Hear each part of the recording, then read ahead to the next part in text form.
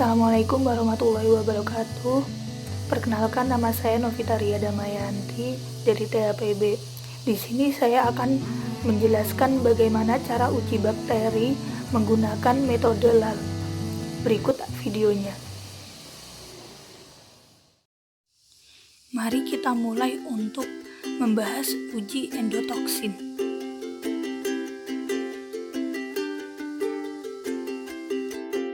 Uji endotoksin harus dilakukan pada sediaan steril parentral.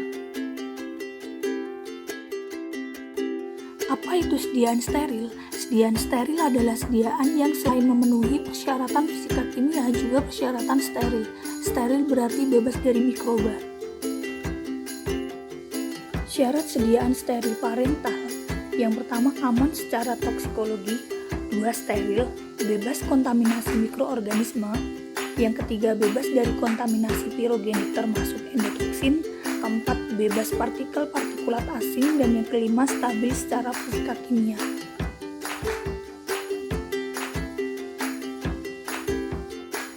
Mengapa harus bebas dari kontaminasi pirogenik yaitu endotoksin?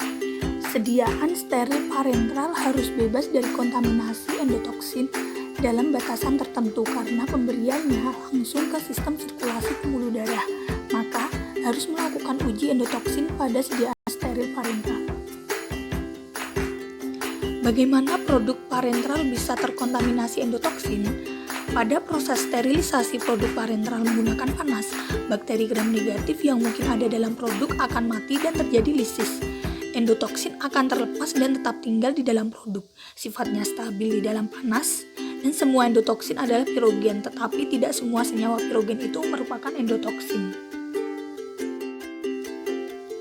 Apa efek endotoksin bagi tubuh? 1. Demam. 2. Aktivitas sistem sitokin. 3. Rusaknya sel-sel endotelial. 4. Permeabilitas pembuluh darah berubah sehingga menyebabkan turunnya tekanan darah. Apa itu uji endotoksin? Uji endotoksin adalah uji untuk mendeteksi dan mengkuantitasi endotoksin bakteri yang mungkin terdapat dalam sediaan. Endotoksin bakteri menyusun suatu tipe pirogen.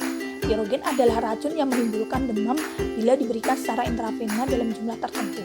Endotoksin bakteri adalah lipopolisakarida yang merupakan suatu komponen membran sel bakteri. Semua bakteri menghasilkan endotoksin, akan tetapi pada bakteri gram negatif karena keberadaan suatu membran sel terluar dapat menghasilkan jumlah terbesar relatif terhadap jumlah sel dibandingkan dengan bakteri gram positif yang tidak mempunyai membran terluar. Pengujian dilakukan menggunakan LAL yang diperoleh dari ekstrak air amoebosit dalam kepiting ladang kuda dan dibuat khusus sebagai pereaksi LAL.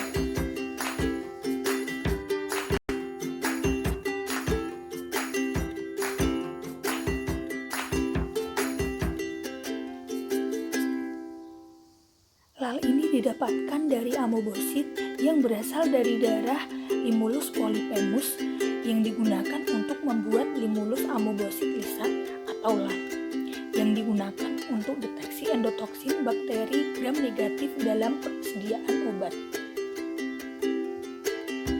Reagen LAL dapat bereaksi secara spesifik dengan endotoksin dari suatu bakteri gram negatif sehingga membentuk gumpalan.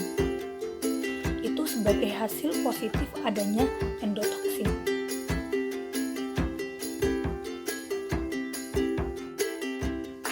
Terdapat 3 metode teknik LAL. Yang pertama Gerklot, yang kedua turbidimetri, yang ketiga kromogenik. Pada metode Gerklot, metode ini memiliki prinsip penggumpalan yang terjadi ketika reagen LAL bereaksi dengan endotoksin. Turbidimetri, metode ini menggunakan prinsip kecepatan pembentukan gel untuk menentukan kandungan endotoksin. Kemudian pada kromogenik memiliki prinsip dengan adanya LAL dan endotoksin, maka warna kuning dan secara linear ekivalen dengan konsentrasi endotoksin yang ada. Berikut merupakan langkah atau prosedur kerja dalam melakukan pengujian endotoksin dengan menggunakan teknik LAL pada metode Gerklot. Nah, Adapun bahan yang dibutuhkan, yaitu yang pertama ada reagen LAL, kemudian yang kedua ada reagen sampel atau zat uji sediaan yang akan diuji. Kemudian tahapan atau metodenya. Yang pertama, ambil zat uji atau sampel sebanyak 0,5 ml dan dimasukkan pada 2 tabung yang berbeda. Kenapa dimasukkan ke dalam 2 tabung yang berbeda? Karena di sini kita akan melihat perbedaan hasil zat uji yang mengalami endotoksin dan yang tidak mengalami endotoksin dengan metode Gelco. Kemudian kita tambahkan reagen LAL sebanyak 0,5 ml dan dihomogenkan.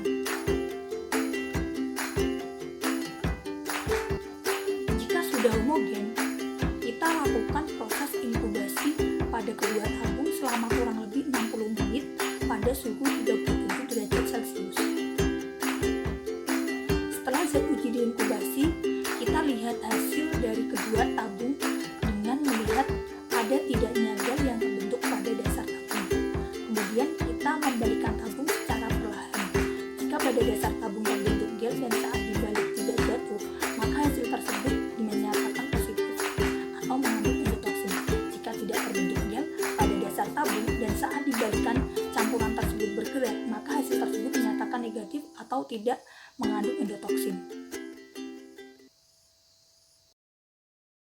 Sekian video pemaparan dari saya mengenai uji endotoksin. Jika ada kurang lebihnya, saya mohon maaf. Wassalamualaikum warahmatullahi wabarakatuh.